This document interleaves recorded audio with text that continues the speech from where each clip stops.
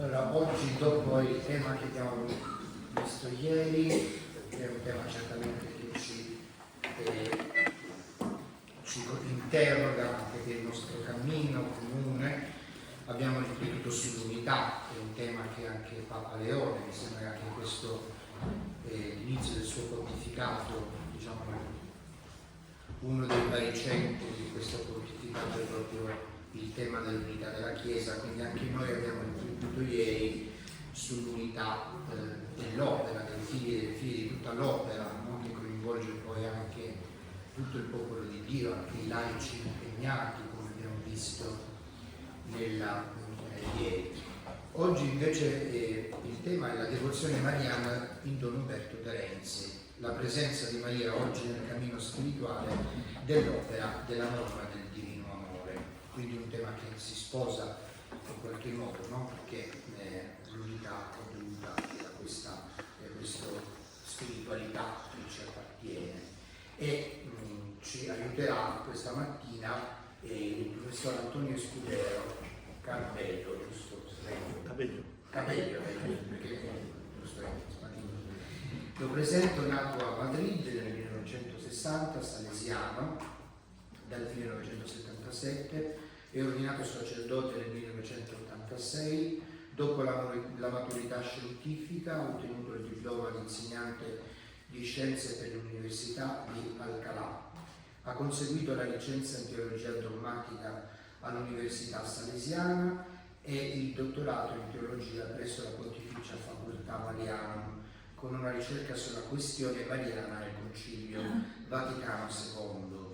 È professore ordinario di teologia sistematica presso l'Università Salesiana di Roma e socio ordinario e membro del Consiglio della Pontificia Accademia Mariana Internazionale, membro del Consiglio dell'Associazione Mariologica Interdisciplinare Italiana.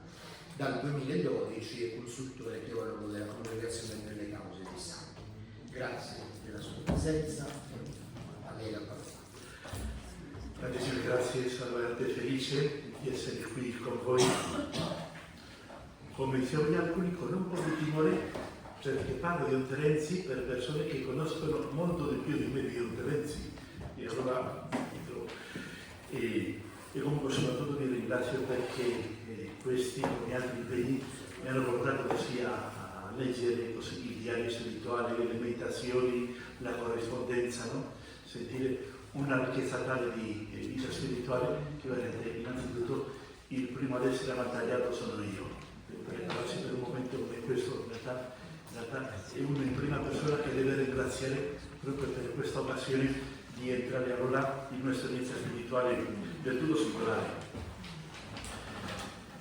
Bene, in questo giorno 50° anniversario del passaggio di Umberto Terenzi alla Padre, la memoria di vita e la testimonianza di fede si trasformano per voi in stimolo di un rinnovamento carismatico, un giorno così particolarmente suggestivo, ma questa prerogativa in realtà vale per tutti i fedeli che custodiscono o che custodiamo il culto, il senso e la vicinanza cordiale della Madre di Dio. A proposito di qualcuno, non ho passato il testo integro, però insomma poi posso lasciare per agli altri, però poi anche il testo completo se questo in qualche forma potesse essere gradito. Allora, in questo momento propongo con tutta semplicità 4 modesti spunti ricavati dai suoi scritti, con il proposito di accogliere l'esperienza spirituale di Don Umberto, espressi con l'animo spirituale dove si perdono i sentimenti di ammirazione, di gratitudine, di emulazione e di speranza, no? Dall'esperienza di Don Umberto. Potrei iniziare proprio di questo che penso che anche per chiunque forse è il primo impatto, così leggendo le riflessioni e gli spunti di Don Umberto. L'assiduità e la confidenza nella relazione con Maria.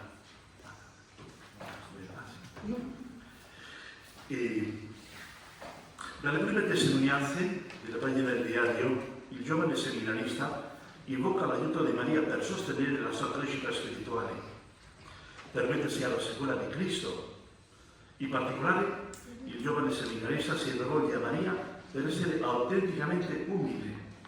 Umberto Terenzi implora l'intercessione della Madre di Dio al fine di osservare la castità, consapevole, e sono queste parole, dice, per ottenere questa virtù dovrò avere un tenero filiale amore alla Madonna e la mia madre mi custodirà dai miei nemici. Così il giovane seminarista. Anche qui ha un dato molto interessante, come per Don Umberto la devozione mariana è così strettamente legata al suo cammino spirituale. Se uno per ipotesi decide, sì, che mettiamo da parte tutto ciò che devozione mariana di Don Umberto per dire di lui, della sua vita, del suo percorso, non si capirebbe nulla, ma proprio nulla. E come allora Don Umberto, ed è anche il primo impatto, almeno quello che ho percepito, è quello di sentire questo legame così stretto tra il cammino spirituale e la devozione mariana. Questo di fronte a quelli che pensano, promuovono una devozione mariana distaccata dal cammino di fede del cristiano. E così il senso dell'urgenza, dell'emergenza nel ricorrere a Maria come madre spirituale si fa prevalente quando Umberto Terenzi si vede in una situazione di maggior difficoltà e con animo quasi angosciato scrive così, sempre al suo diario. Da seminarista: tu, o Maria, soccorrimi sempre, tu assistimi nei momenti più borrascosi della mia vita. Anche nel periodo medico della Grande Guerra, il seminarista era 18enne e un po' più giovane. Il seminarista Umberto si rivolge alla Madre di Gesù per implorare la pace. Il giovane seminarista dimostra questa devozione mariana così strettamente unita alla coscienza del suo cammino spirituale. All'inizio del mese di maggio del 1918 scriveva così: nell'esame della settimana passata noto qualche difetto nelle piccole cose, poco slancio nel servire Dio con perfezione e che mi faccio prendere da malinconia e cambio carattere con facilità. A questo devo badare nella prossima settimana, a onor di Maria. Che sincerità, vero? Che trasparenza, una meraviglia. Come uno dice che di fronte a Maria si sente completamente libero, libero anche di esprimere con tutta sincerità il suo animo, la sua vita, le preoccupazioni, i difetti. Il giovane Terenzi ricorre anche a espressioni molto essenziali. Dice così, di vocazione di fiducia: o Maria, si mia propizia, Maria, mi sei propizia, in te minesterabili, non confunda in eterno, in te speravo, non sarò confuso in eterno, lignare me, lodare me, virgo sacrata.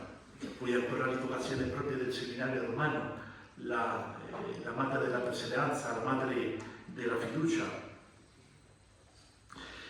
Bene, la memoria della Madre di Gesù si associa alla lucidità e alla semplicità per avvertire non soltanto le deficienze in alcuni episodi, ma anche la loro importanza.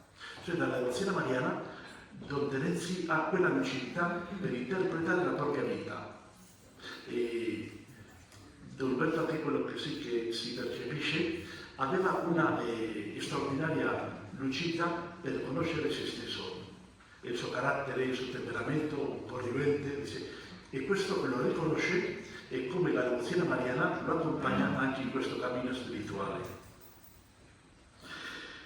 La devozione mariana in Umberto Terenzi rispecchia anche la lettura e l'assimilazione delle spedizioni di Sant'Alfonso Maria de Liguori, come anche le forme della pietà mariana promossa e praticata dalla Compagnia di Gesù. Molte volte sta citando Giovanni Berkham, e anche ricorda, menziona diverse volte Francesco di Sales. Tuttavia non si può dire che Don Umberto si ispirasse alla pietà mariana come era proposta dal vescovo di Ginevra. Comunque devo dire, io sono salesiano, quindi per San Francesco di Sales, e veramente sono molti possiamo dire, le coincidenze con Francesco di Sales. Francesco di Sales, così, anche in lui la devozione mariana è molto legata alla devozione mariana. Il superamento delle sue crisi giovanili, poi anche la sua missione in un ambito rurale, quello del Chablais, anche facendo fronte a tante difficoltà, come anche il cammino spirituale è così centrato nell'amore di Dio, la filotrea e teotimo. Quindi possiamo dire che la devozione mariana in Don Umberto Terenzio e Francesco Sales è una devozione mariana con gli stessi materiali, ma costruita in modo diverso. E quindi sono anche dei momenti molto singolari, anche per vedere così la sintonia o l'armonia tra Umberto Terenzio e Francesco di Sales.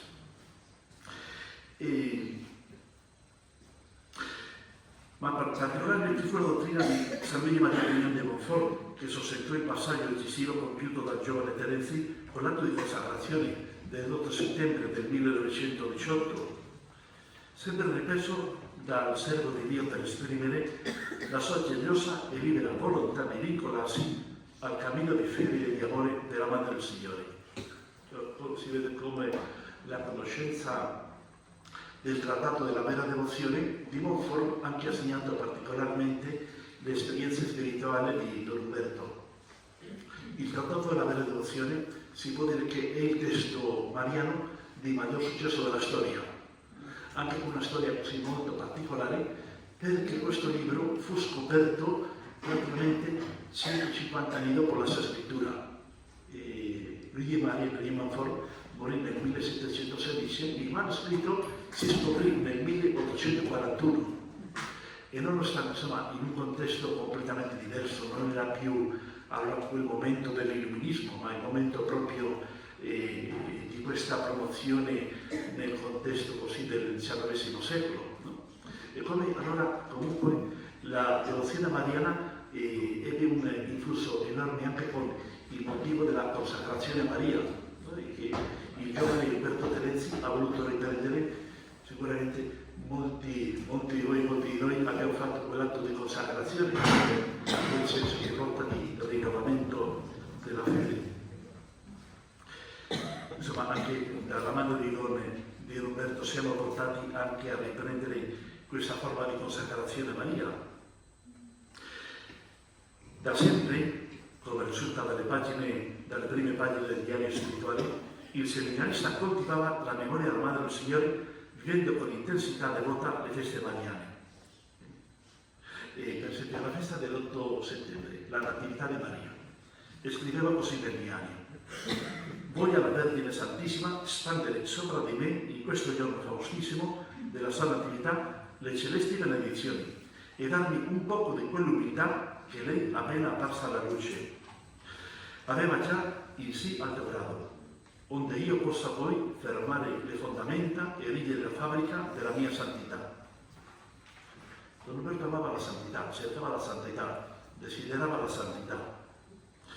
In ringraziamento delle grazie concessemi da Maria Santissima in questa malattia, era stato avuto una malattia e quindi dice, prometto di riposarmi tutti i giorni della mia vita. Bene, al cammino spirituale di formazione vocazionale per il sacerdozio, il vigore della devozione mariana coltivava con i motivi più presenti del seminario romano della perseveranza e la fiducia. Sono due motivi molto presenti ancora oggi, c'è quel quadro della Madonna della fiducia e quindi due motivi che sono così presenti già nel giovane Umberto Terenzio, la Madonna della perseveranza e la Madonna della fiducia. E specialmente anche il senso della vicinanza della Vergine Madre di Gesù diventa nel giovane Umberto il vivo desiderio di farsi santo. Bene, per completare adesso questo primo avvicinamento all'esperienza di devozione verso la Madre di Dio e di fede e di amore di Umberto e al carattere singolare della sua vita interiore che richiamava costantemente la figura della Vergine Madre di Gesù ed osservare che i suoi discorsi mariani nel diario sono delle conversazioni. E questo è il primo motivo che penso che si presenta in una forma molto suggestiva. Don Bosco, più che parlare di Maria, parla con lei. Prima di parlare di Maria, parla con lei. Nel tempo dell'ordinazione sacerdotale, Umberto Terenzio scrisse così: te ne ringrazio, parla Maria, dice, Ti ringrazio quindi di cuore. Mamma mia bella, un'espressione molto frequente, assistimi nella sacra ordinazione da vera mamma quale sempre mi sei stata. Dammi la santità e una grande umiltà. Il motivo di umiltà si ripete costantemente in Don Umberto. Dammi la tua santa benedizione, mamma mia, e confidando in te, che adesso e per tutto il mio ministero sacerdotale, vado a ordinarmi prete. Ormai è ora. Fa di me un tuo figlio amatissimo, amatissimo.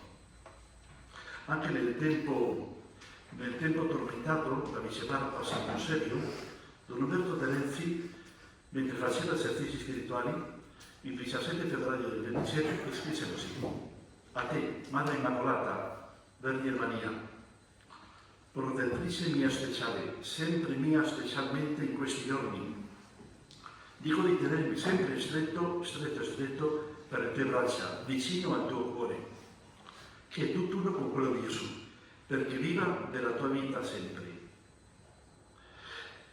Più che parlare di Maria, Don Umberto Terenzi parla con lei.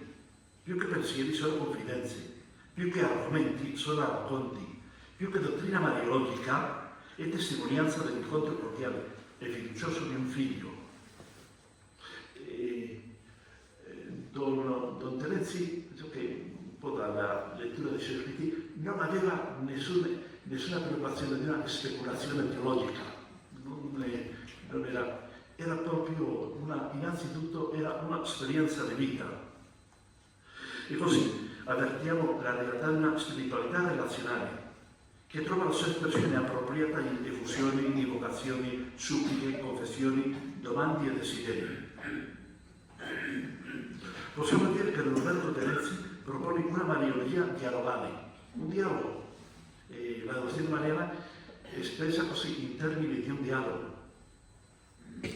Il dialogare fu per il buon sacerdote romano l'ambito proprio e lo stile efficace della devozione mariana. Questa configurazione dialogale della devozione mariana divenne vettore carismatico e apparve già ben accolta e immedesimata dalla madre Elena Pieri, a dimostrazione della realtà carismatica e della fecondità spirituale. Chi di noi non potrebbe fare proprio questo stile di devozione mariana? Parlare con Maria, no? Parlare a lei, esprimere anche il proprio sentimenti, le proprie confidenze. Quello che per esempio anche qui osserviamo, adesso se posso essere un po' polemico, non aveva nessuno, almeno così pare a me, non aveva Don Terenzi una preoccupazione per i titoli, no, non era questo, non cercare le parole, cioè l'importante è proprio l'attaccamento, la vicinanza.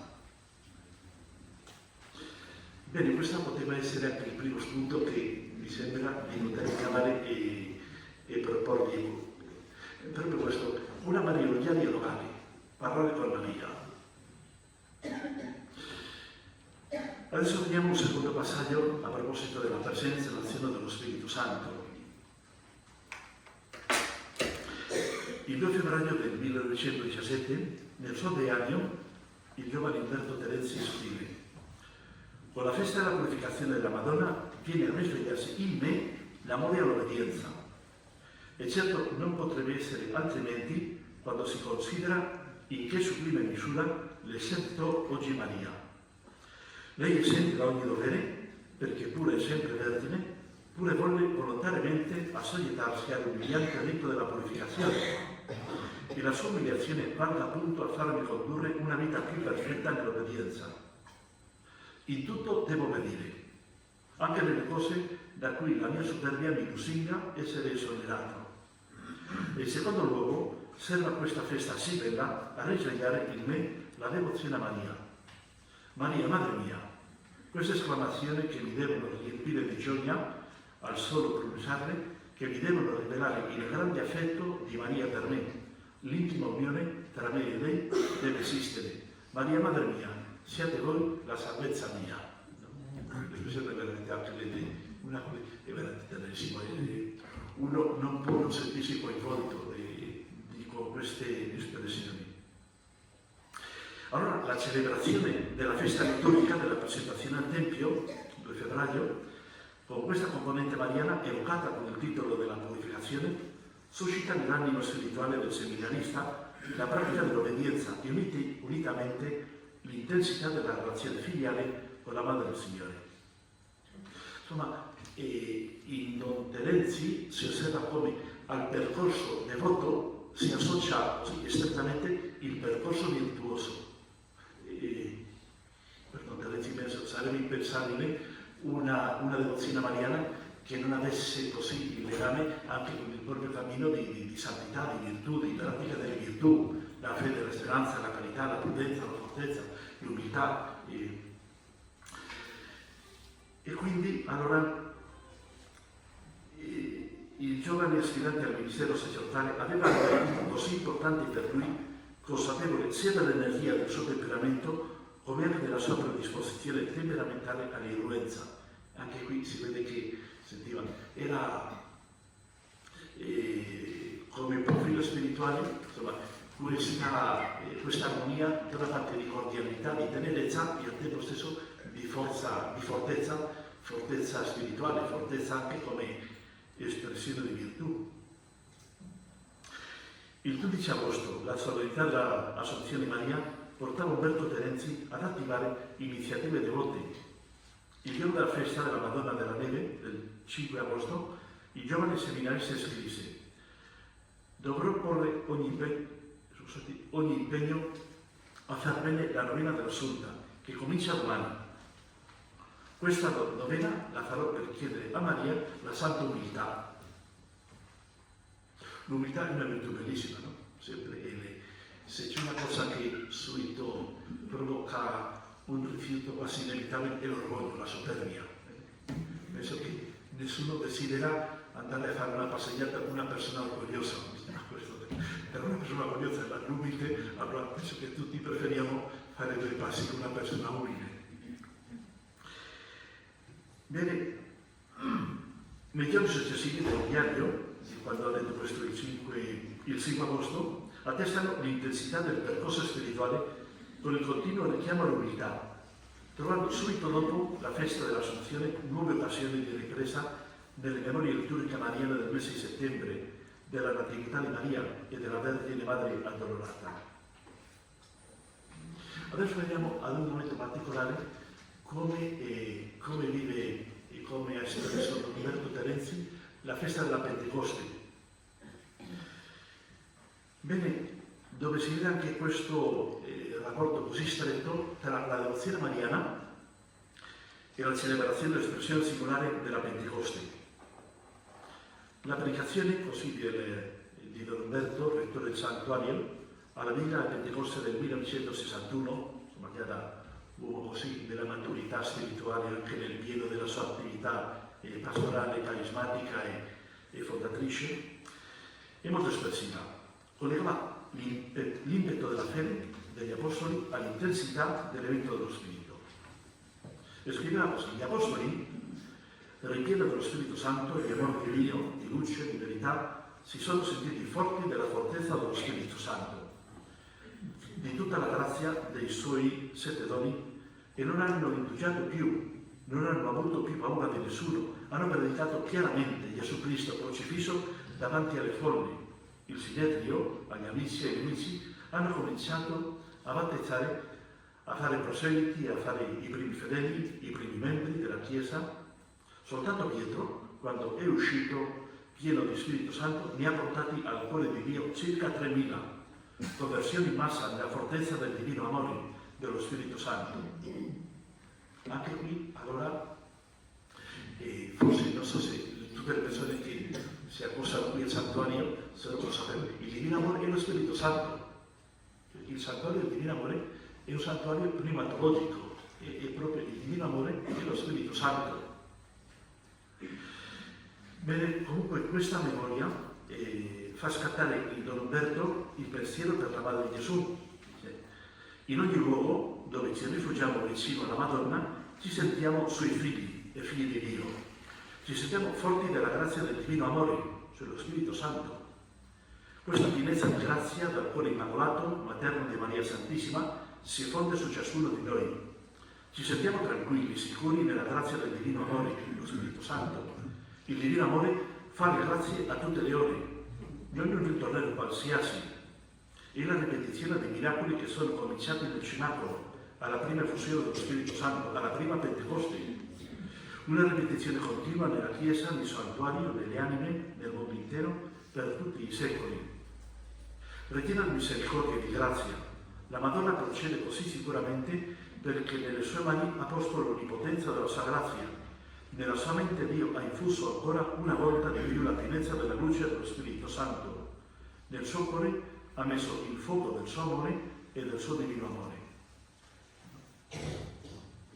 E veramente, e anche dal punto di vista così della percezione teologica, l'accostamento è fantastico. Insomma, devozione mariana e allora è proprio l'invocazione dello Spirito Santo, e a riconoscere appunto nella devozione mariana un momento particolare dell'azione e della presenza dello Spirito. Il filo della meditazione che adesso ho indicato parte dall'evocazione dell'antico torpare mariano, la preghiera che noi possiamo sottundersi di un confugimus, sotto la tua protezione noi ci rifugiamo, Santa Madre di Dio, sicuramente tutti, no?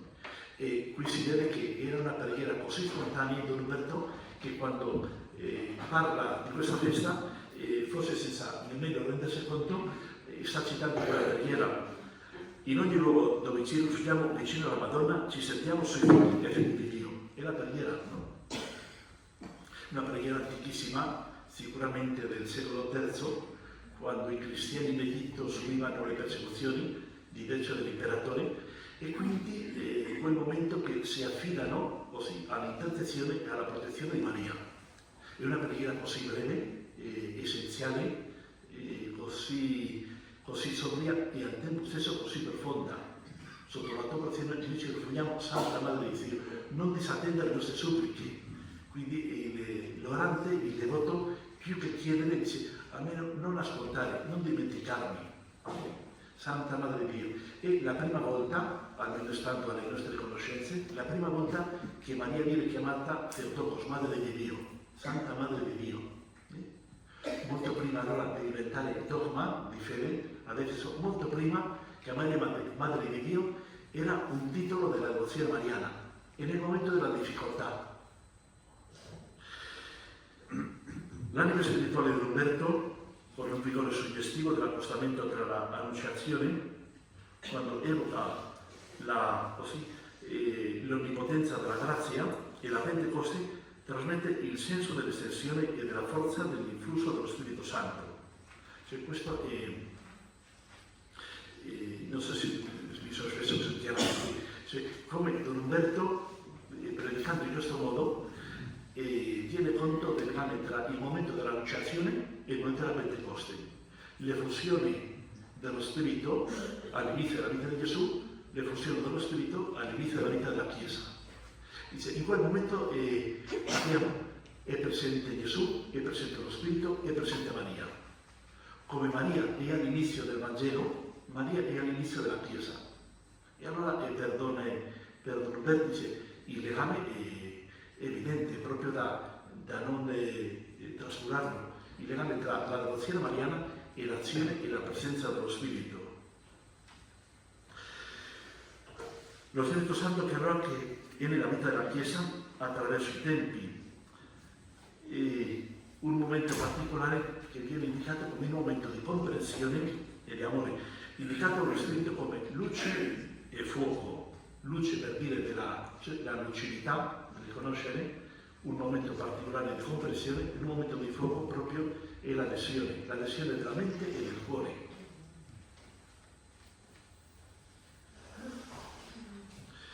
Così, dalla guida di Umberto, sotto la sua guida, voi che vedete appunto la realtà carismatica e anche il legame con l'esperienza di Umberto, no? Questo terreno profondo del rapporto tra la Madre del Signore e lo Spirito Santo di Dio si aprono alle anime dei devoti gli orizzonti di una primavera mariana e di una marineria primatologica. Ma non è per fare il gioco di parole. Si potrebbe benissimo, il giorno della Pentecoste, fare una predica parlando di Maria. E quindi dire della singolarità dell'azione dello Spirito parlando di Maria. Chi meglio di lei o chi più di lei allora può parlare della forza e della presenza dello Spirito, se non propriamente lei. Poche volte ho sentito così una omelia di Pentecoste dove così viene ad essere così sviluppato mediante questo senso mariano, però chi più di Maria allora è abilitata a parlare della forza e della presenza dello Spirito, e così Don Umberto. Poi d'altra parte, altrettanto, se c'è una pneumatologia mariana, anche c'è una Maria pneumatologica, quindi parlare di Maria appunto come quella che ha avuto l'esperienza più intensa dell'azione dello Spirito, della grazia, del dono di Dio. Hai trovato grazia presso Dio, sono le parole di Gabriele, per dire allora di una grazia che trasforma la vita, la trasforma completamente. Una grazia che porta così ad un'espressione di una consapevolezza di sé. Il dialogo con Gabriele termina con quelle parole e così una serva del Signore. Insomma, una volta che Maria è presentata da Gabriele, subito Maria allora arriva alla coscienza della propria vita. Io sono una serva del Signore.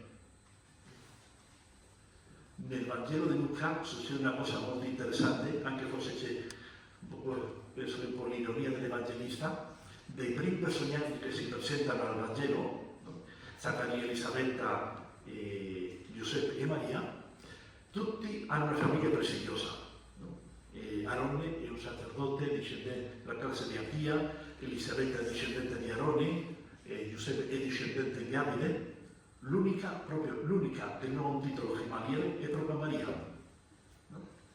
E sarebbe a ricevere non un titolo umano, non un titolo della famiglia, ma un titolo propriamente divino. No? E lei è colei che ha il senso così di avere la predilezione dalla parte del Padre. Anche c'è un passaggio molto così da Umberto, sempre predicando per la Pentecoste, per ricevere lo Spirito Santo bisogna che venga ai piedi della Madonna. Per ogni credente, per ricevere lo Spirito Santo bisogna che venga ai piedi della Madonna. Questa espressione naturalmente non è che Don Terenzi voleva stabilire una specie di gerarchia o di gradazione di scala di collocare Maria al di sopra dello Spirito, no, niente di questo.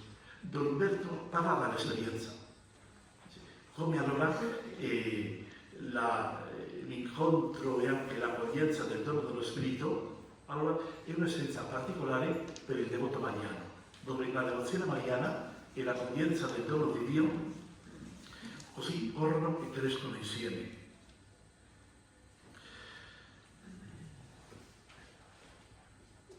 Il cenacolo, sempre Don Umberto, si può chiamare il primo santuario del Divino Amore. Anche qui diceva l'uomo che è appena tornato da Gerusalemme, no? Anche qui alcuni di voi eravate voi anche insieme, non so se è una cosa molto interessante. Quindi il cenacolo, sempre quella chiesa chiamata anche il cenacolino accanto al il cenacolo allora è il primo santuario del Divino Amore. Perché dice? Perché c'è lo Spirito, c'è Maria, ci sono gli Apostoli. Il cenacolo si può chiamare il primo santuario del Divino Amore, la Madonna, lo Spirito Santo, gli Apostoli. Questo è il santuario del Divino Amore. Trovare la Madonna che prega con i suoi sacerdoti, le suore, i suoi devoti, con i suoi figli e le sue figlie. Maria, anche qui, Maria si presenta come colei che accompagna. Molte volte si presenta il cenacolo, si presenta Maria che accompagna i discepoli, con Maria al centro e i discepoli a destra e a sinistra, ciò da una parte e dall'altra. No? Di per sé il Vangelo non presenta Maria, il gruppo apostolico è Maria che accompagna. Trovo, scusate un po' una certa parentesi, trovo un fatto molto singolare, come Maria arriva in mezzo a quel gruppo che erano timorosi, avevano paura, porte chiuse, rifugiandosi, non facendosi. E Maria arriva e Maria, da madre di Gesù, avrebbe avuto diritto per rimproverare gli apostoli. Se non avete lasciato solo, poteva anche così, presentare così, con tutta ragione, e non ha pregato insieme a questo gruppo, li ha accompagnati e sostenuti nella preghiera, di modo se qualcuno degli apostoli poteva essere incerto nella preghiera, dice: io dovrò pregare perché la madre sta pregando. Sì. Maria ha sospeso ogni intervento che fosse un rimprovero, nel lamentarsi della loro paura, dell'abbandono, della solitudine che hanno così gli hanno lasciato a Gesù, e quindi Maria accompagna nella preghiera. Penso che quale madre non avrebbe anche un po' richiamato: perché l'avete lasciato solo? Invece Maria che prega. Bene, questo legame tra Maria e lo Spirito che si trova nell'apertura del voto di amore alla Madonna, che ha carattere fondamentale del legame con lo Spirito Santo. Il primo passo del voto di amore, che poi dice: amare la Madonna in genere e in particolare sotto il titolo del divino amore. È proprio questa segnalazione dell'azione dello Spirito, il voto di amore, ma che inizia proprio in quella triade, no? Quando questi tre vettori di amare, far amare e sopportare, si dà il senso dell'azione dello Spirito. E allora il secondo spunto, che penso che si presenta molto, di una forma molto suggestiva per noi, è come in Don Umberto la devozione mariana è così strettamente legata al culto liturgico.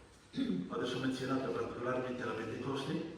Non sono due binari paralleli che non si incontrano, come allora Don Umberto Terenzi allora ha coltivato le memorie mariane, le festività mariane, come nelle festività mariane ha trovato anche il momento particolare per promuovere e per disporre questa via anche di ammirazione, di lode della Madre del Signore, le memorie mariane.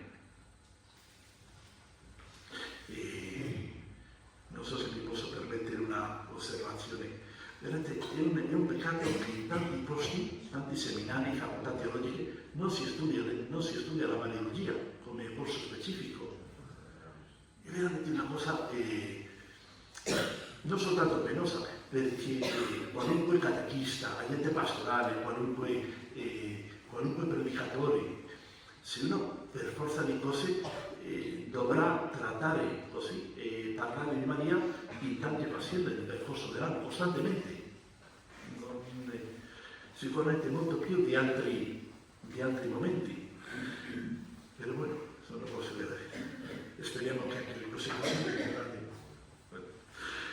E allora dalla partecipazione liturgica nasceva una devozione mariana aperta e coinvolgente, che trovava nei molteplici esigenze dell'amore l'espressione della ricchezza spirituale e della inesauribile fecondità per tante figure di santità. Adesso un po' sono due ultimi passaggi, no? Un momento penso che per noi si presenta, un po' già accennato, il legame tra la devozione mariana di Don Umberto e il suo cammino spirituale. Un po' come dicevo all'inizio, solo per ipotesi, dice bene, se adesso prendo Don Umberto, tutti i suoi scritti, allora metto da parte tutto ciò che è mariano per arrivare così a chissà cosa cercherebbe uno se non fosse. Dice veramente di Don Umberto non si comprenderebbe nulla.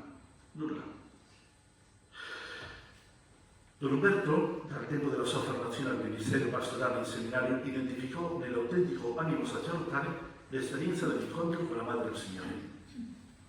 E Don Umberto, già dal diario spirituale giovanile, si prefigeva essere un prete vivente unicamente per Maria, per Gesù e per le anime. Ed è proprio così. Crescevano di pari passo lo spirito sacerdotale e la pietà mariana, per poter dire di un reciproco influsso una personalità presbiteriale armoniosa, vivace e creativa. Lo che diciamo che dal punto di vista così, da credente, da sacerdote, questa personalità così è unificata proprio con questo motivo motivo mariano non ci sono disarmonie, non ci sono le virtù, la virtù della fede, la speranza, la carità, le virtù, veramente sono così armoniosamente intesute proprio sempre con questo motivo fondamentale del culto della Madre del Signore. La devozione mariana al seminario romano camminava invocando la Madonna della Fiducia e la Madre della Perseveranza. Al seminario romano si presenta quel quadro della Madonna della Fiducia, una copia di Giacomo Zolloli, sull'originale di Carlo Barratta, e che offre un po' con quell'immediatezza dell'immagine il senso della tenerezza, anche della realtà, una devozione mariana che ha questo senso anche della realtà corporale. Sono i corpi che si toccano, come la carezza del bambino per la madre. In realtà nella devozione mariana, o meglio prima ancora nell'esperienza di Maria, tutto ha a che fare con il corpo, tutto. Tutti i dogmi mariani sono tutti dogmi corporei. L'essere libero dal peccato dal primo momento della sua esistenza, l'assunzione di corpo e anima, se parliamo la virginità, la maternità di Maria, tutto è il senso del corpo.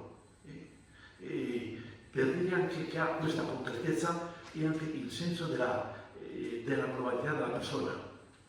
Noi siamo corpo, no? Nella nostra vita tutto è corpo e il corpo è sempre dono di Dio. La devozione mariana così legata anche a esperienze così che coinvolgono la persona anche come corpo. Il pellegrinaggio qui, no? Mi sono dimenticato se una cosa che voleva accennare sul tempo di no, anche qui allora sono un po' distratto. No? E per lo Spirito Santo, forse avete sentito, in Spagna c'è un santuario mariano, anche qui che accoglie tante persone, il Rocío, la Madonna del Sud della Spagna. Nel Rocío si dice che la festa del Rocío è proprio la Pentecoste, un po' che come così. E la Madonna del Rocío si fa un pellegrinaggio che dura tutta la notte, attraversando una zona che è una zona protetta, no? E si fa ugualmente tutta la notte, soltanto che quella pellegrinaggio si fa una volta all'anno, invece si fa più volte. Allora per dire anche un po' questa forma, come questo motivo spirituale ha il senso anche del pellegrinaggio, anche si presenta in diverse forme della Chiesa. Bene, direi che sicuramente quel senso della tenerezza, il contatto dei corpi, il toccare il corpo del bambino, sentire il suo calore, anche il bambino, il contatto con il corpo materno di Maria. Maria che abbraccia teneramente il figlio con la vicinanza materna del contatto. Bene, il bambino, anche in quel quadro che esprime con quel gesto infantile deciso del dito che indica e anche tocca la madre. Bene, che caratteristico di quel modello iconografico della Madonna della Fiducia. Bene,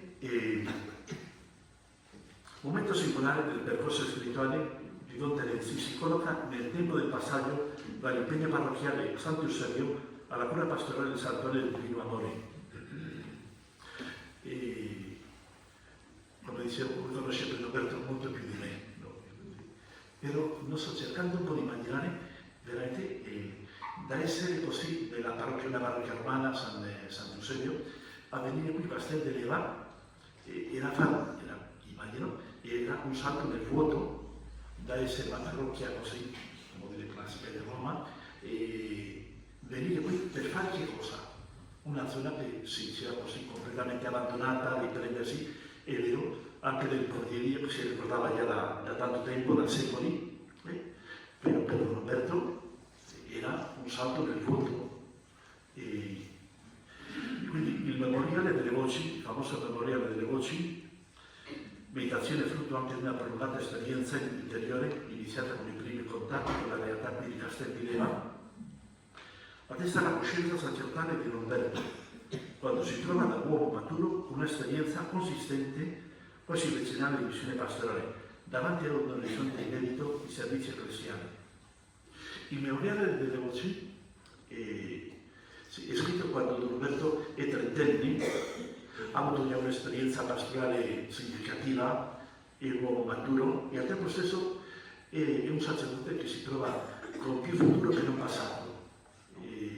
Viene qui, arriva qui e allora è il momento della coscienza sacerdotale di Don Terenzi per realizzare quello che a me sembra il suo progetto. Io sono un prete mariano, un prete di Gesù e un prete dei fedeli. Per me questo è molto facile a dirsi, però sicuramente per farsi un altro discorso, no? E come si fa questo? Bene, questo memoriale delle voci attesta la coscienza sacerdotale di Don Umberto. Il memoriale delle voci è uno scritto articolato con quelle tre parti, la chiamata, la risposta, la supplica. Anche qui un po' se possiamo vedere di nuovo questo senso dialogale, la chiamata, la risposta e la supplica, che vivono una vita interiore profonda e dinamica, con passaggi, io credo che sono dei momenti che sono di carattere mistico, no? In Don Umberto, mistico perché quel senso dell'accoglienza, è Don Umberto che accoglie anche il richiamo dello Spirito Santo, lo accoglie però non è, il mistico non è un passivo, il mistico vive un'attività spirituale interiore sempre con quel senso profondo dell'accoglienza. Il mistico non è uno che provoca l'esperienza mistica, è uno che la riceve. Don Umberto allora che si trova con questo tipo di passaggio fondamentale nella sua esperienza e si riconosce nello stato dell'appreciazione della comunicazione spirituale che lo coinvolge personalmente. Don Umberto dice della voce di Maria, è un canto con il versetto del Vangelo di Matteo che ricorda il lamento delle madri di Betlemme dopo l'uccisione dei loro figli, riprendendo il profeta Geremia. Sentire la voce di Maria è l'espressione che definisce la devozione mariana di Don Umberto. Sentire la voce di Maria esprime la vicinanza, la confidenza, la percezione dell'animo della Madre del Signore. Scrive così Don Umberto: la tua voce si fa sentire come quella di un pianto angoscioso e straziante, quasi come se Maria diventa la voce di quelle donne che piangono l'uccisione dei loro figli, la voce di Maria. Sicuramente la voce di Maria è una metafora che può essere anche molto bene l'espressione della pratica della devozione mariana. Sentire la voce di Maria. Sentire la voce di Maria. Se posso parlare, sono in tempo, sì, più o meno. La voce è una realtà umana molto molto singolare. Ciascuno di noi ha una voce diversa. Una voce diversa. Conosciamo le persone prima dalla voce che non dalle parole. Se una persona anche al telefono incomincia a parlare, prima di dire nulla, prima del contenuto, lo riconosciamo anche al telefono, lo riconosciamo dalla voce. Di modo che così come ognuno ha un volto, ognuno ha una voce. È vero che la voce esiste per le parole, umanamente, no? Però la voce, quando sentiamo una persona, la voce mi indica la stato d'animo, se è felice, se è contento, se è sereno, se è angosciato, se è preoccupato, se no. E la voce non inganna, la voce non inganna mai. Sentiamo la voce che è stabile e anche espressione della persona. Nel Vangelo di Luca esiste un passaggio, non viene ricordato da Don Umberto, per questo non so. Quando Maria entra nella casa di Elisabetta, Elisabetta dice: quando la tua voce è giunta ai miei orecchi, il bambino ha suscitato di gioia nel mio grembo. Anche qui questo può diventare per noi un invito, ascoltare la voce di Maria e qui ascoltare la voce come motivo dell'esultanza. La voce di Giovanni era la voce che chiamava la conversione, Giovanni Battista, no? Convertitevi. La voce di Maria è la voce che porta la gioia del bambino. In quale forma, insomma, è l'esperienza che è stata un po' indicata da Elisabetta, insomma l'esperienza propria materna della gravidanza, quando la tua voce è sentita il bambino ha sussultato. Quindi come sarà avvenuto questo? A qualcosa di prodigioso, no? Qualcosa di...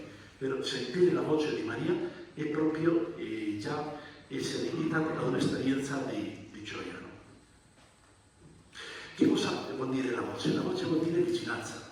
Sentire una voce vuol dire, allora presuppone la vicinanza della persona, e presuppone anche in qualche forma percepire l'animo, no? Richiede anche quella attenzione, ascoltare la voce, sentire la voce di Maria può essere anche così la metafora di quello che vuol dire la devozione mariana, la consapevolezza della sua vicinanza e la prontezza anche così per poter percepire la sua esperienza di vita, il suo animo. L'anima mia magnifica il Signore, il mio spirito sotto Dio mio Salvatore, no? Allora, ascoltare la voce di Maria.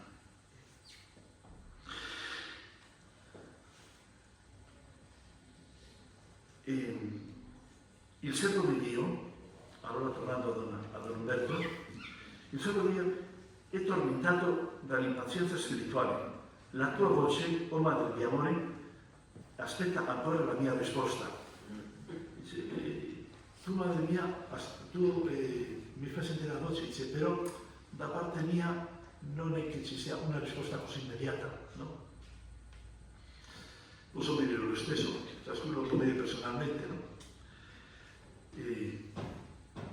Però poi Don Terenzio riconosce che la tua voce pretende molto, ecco perché la mia risposta tarda.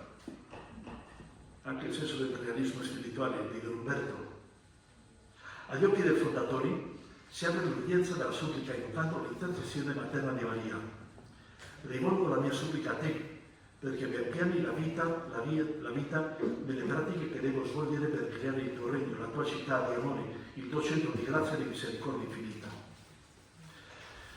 E non c'è alcuna traccia né ombra di separazione tra la forza dell'affidamento all'intercessione di Maria e lo slancio sacerdotale per l'avvolgimento del suo ministero. Si tratta anche di un vincolo che possiamo dire così definitivo, scatologico, così come si esprime Don Umberto nel concludere la meditazione.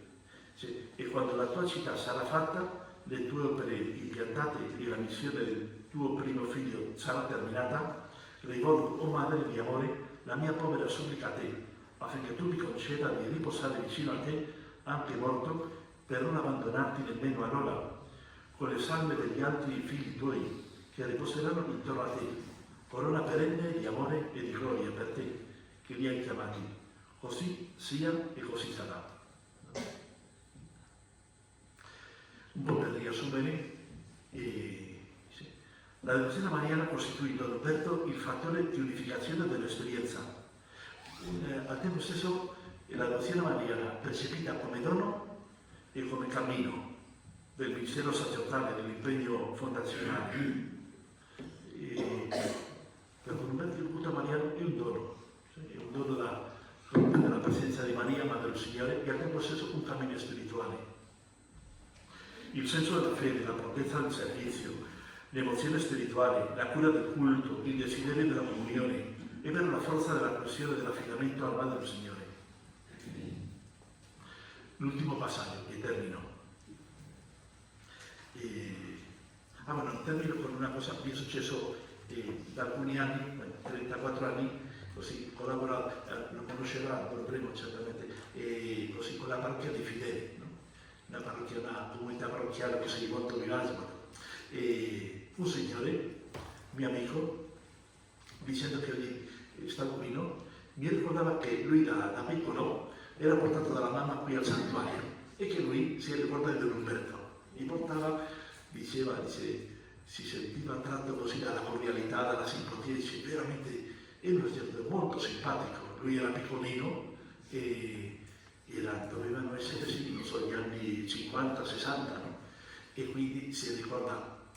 Il punto è questo, che penso che diventa la sintonia di Don Umberto con l'animo credente dei fedeli. Il divino amore attira. E un profilo spirituale di Terenzi, uno non potrebbe ignorare questa sintonia con il senso della fede dei fedeli, il poter così avere questa forza di attrazione, che non è una cosa scontata, naturalmente no, non è, poter così avere questo senso della condivisione e anche di entrare in sintonia con i fedeli. Bene, la risonanza del diario spirituale dell'atto di consacrazione che il seminario Umberto Terenzi pronunciò l'8 settembre attesta la condizione interiore e i suoi sentimenti personali in sintonia con la proposta del rinnovamento cristiano che San Luigi Maria di Montfort aveva formulato nella sua opera L'amore della sapienza. E scriveva così nel momento della consacrazione Don Umberto, il seminarista Umberto Terenzi: ora che con la mia consacrazione a Maria sono diventato suo schiavo, siano lontani da me ogni opera, ogni pensiero che non sia di maggior gloria e piacere alla mia cara padrona. Con questa consacrazione io intendo, o Maria, donarviti tutto nel corpo, nell'anima, nei beni che al corpo e all'anima si riferiscono. Disponi tu, Maria, di essi, come più ti piace, sia a beneficio dei poveri peccatori e delle anime del purgatorio. Tu poi riguarda ora gelosamente me stesso e come cosa è possessione tua, non permettere che altri se ne impadroniscano, benché in minima parte. Anzi, rendimi sempre più tuo, di modo che, essendo io il tuo schiavo perfetto, più perfettamente ricopri in me le virtù tue, o mia padrona.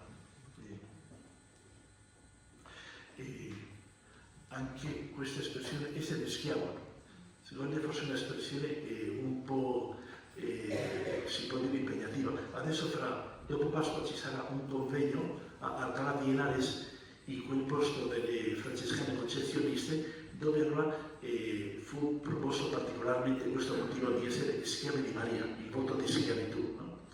E quindi schiavitù naturalmente non vuol dire la negazione della libertà, e questo per molto è fondamentale, perché è una questione di amore. E così come l'amore coinvolge la totalità della persona, la schiavitù è un'espressione appunto che la persona dona interamente se stesso, anche così nell'offerta e anche del proprio desiderare, della propria volontà. Fare dei desideri di Maria i propri desideri. I pensieri di Umberto Terenzi mostrano nei termini da lui scelti l'assimilazione della spiritualità confortana, con particolare sottolineature del senso totale della dedizione personale, con l'esclusione di ogni ombra che potesse oscurare l'offerta piena di sé. Il giovane seminarista personalizza la formula della consacrazione con un'operazione di concentrazione mariologica.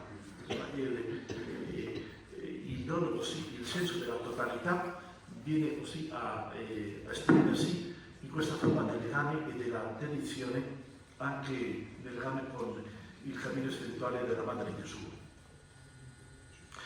Per Luigi Maria di Montfort, Cristo è la vera sapienza. E allora la consacrazione a Maria è la via per divenire un'abitazione della sapienza, perché lei è stata la Vergine fedele a Dio e agli uomini. Lo spezzone teologico della consacrazione è dato dal rapporto a Cristo, dal senso trinitario, del coinvolgimento umano e dal vissuto comunitario. Ecco perché allora la formula della consacrazione a Maria è una forma così propria del cammino del credente, perché al seminarista Umberto Terenzi dice: io mi riconosco in questa forma, il senso dell'attaccamento a Cristo, anche l'esperienza della comunione trinitaria, anche la dedizione così, il senso della propria missione. Ed è la formula che Don Terenzi ha ripetuto così costantemente nel percorso della sua vita. E con questo Anche il gesto di Terenzi, del servo di Dio, sta nella sua sintonia con la coscienza diffusa dei fedeli. La formula di consacrazione è una formula che si ripete costantemente e veramente fedeli che fanno di questa forma di consacrazione un'espressione propria di devozione e anche di cammino di fede. All'esclamazione della Beata Vergine Maria, il giovane Terenzi aggiunge dalla serenità monfortana il disprezzo del peccato e la consapevolezza della propria condizione imperfetta. Ma sarà la forza dell'attaccamento alla mano del Signore il motivo che allontanerà qualunque sia di disperazione. In altre parole, quale motivo abbiamo noi per evitare una riforma, per esempio, di depressione spirituale, un po' di sconforto e evitare di dover così rimanere nella coscienza dei propri limiti del peccato? Così. La devozione mariana, no? Anche come medicina contro le forme così spirituali, anche di una forma di sconforto, di vivere. Se da parte mia, se so che anche nonostante così, tutti i buoni propositi, la prevedibilità delle proprie cadute. Oggi, quando andrò a dormire, tra questo momento e questa sera, avrò qualche momento dove avrò, non so, dei difetti, dei momenti di... E allora, proprio nell'affidarci all'intercessione di Maria, anche il momento anche per riconoscere proprio la santità come una realtà concretamente vissuta ed esemplare per noi. Bene, dai primi momenti dell'esercizio del ministero, Don Roberto Terenzi fu molto attivo nell'accogliere e promuovere anche diverse espressioni di devozione mariana. Questo è una cosa che trovo anche molto... I viaggi di Don Terenzi, visitando santuari mariani, altri ultimi, in Germania, trovando, insomma, facendo viaggi, e quasi sembrava per certi versi Don Terenzi sembrava proprio una spugna, andava e si prendeva ed era contentissimo di andare nei santuari. Anche non so, per esempio qui le menzioni alla Madonna del Buon Consiglio a Genazzano, la regina dei Buoni di Via Sardegna qui a Roma, la Madonna di Loreto, anche la memoria della Madonna di Loreto che lui associava alla sua entrata nel seminario, quindi si dice anche un giorno mariano io sono entrato in seminario. La Madonna dello Spirito Santo a Ferentino. Bene, allora già... quel quarto spunto che volevo, veramente la sintonia con il cammino di fede dei fedeli. E come allora il santuario del Divino Amore, perché questa forma di attrazione, insomma, che costantemente quei pellegrini che si recano, si vede che si trovano a proprio agio. Il senso dell'accoglienza, la sintonia, no? E questo che non è una casualità, è carisma di fondazione, ed al tempo stesso così realtà proprio fondazionale, l'attrazione di Roberto Terenzi, così quella sintonia con i fedeli. L'ho letto ieri sera, c'è questa, come si chiama, è la Cristina Lagarde, che è il banca presidente della Banca Europea, compie 70 anni, ha festeggiato, no?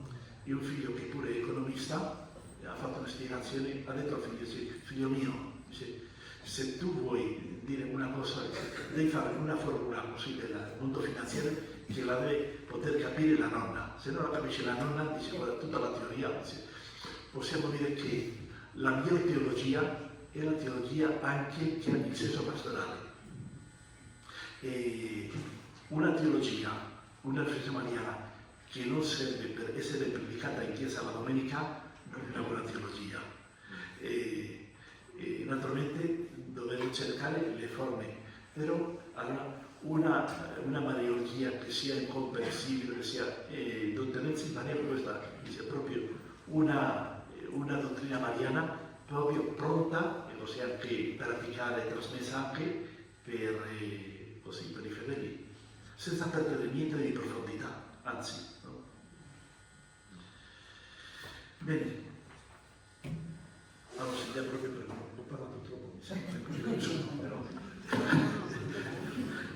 veramente come dicevo all'inizio, ringraziare perché questa mi ha dato l'occasione e ancora non perché ho lavorato così, mi dà l'occasione veramente di prendere contatto con un tesoro spirituale.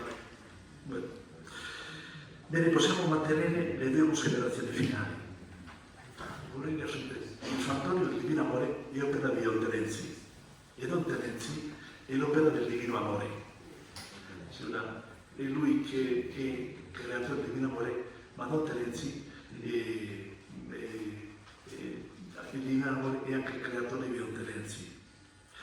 E se Don Terenzi scoprirà il Divino Amore, il terreno idoneo nel suo ministero sacerdotale, altrettanto il Divino Amore trovò in Don Terenzi e nelle comunità consacrate al suo servizio gli apostoli testimoni generosi e fedeli per mostrare la cordialità materna della Madre del Signore, sostenuta dall'azione dello Spirito. E tantissime grazie.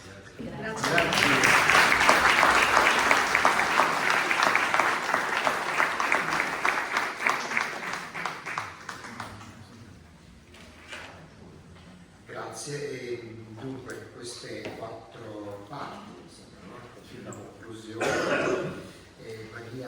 una mariologia dialogale, no? Esperienziale più che dottrinale, quello che poi fonda, diciamo, un po' anche lo stile dell'esperienza mariana di Umberto, e ci è molto cara quindi anche risentire questo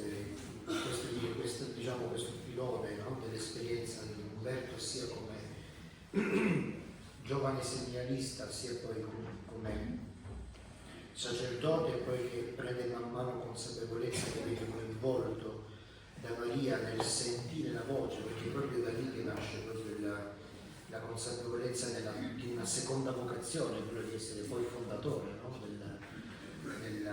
E quindi la netta connessione, quell'ultimo punto che ha detto, tra Maria e tra Don Umberto e il Divino Amore di Don Umberto è proprio qualcosa di ciò che Don Umberto ha creato, diciamo così, è un tutt'uno che non si può scindere, è come un corpo che non si può vivisezionare, no? Perché se no non vive più.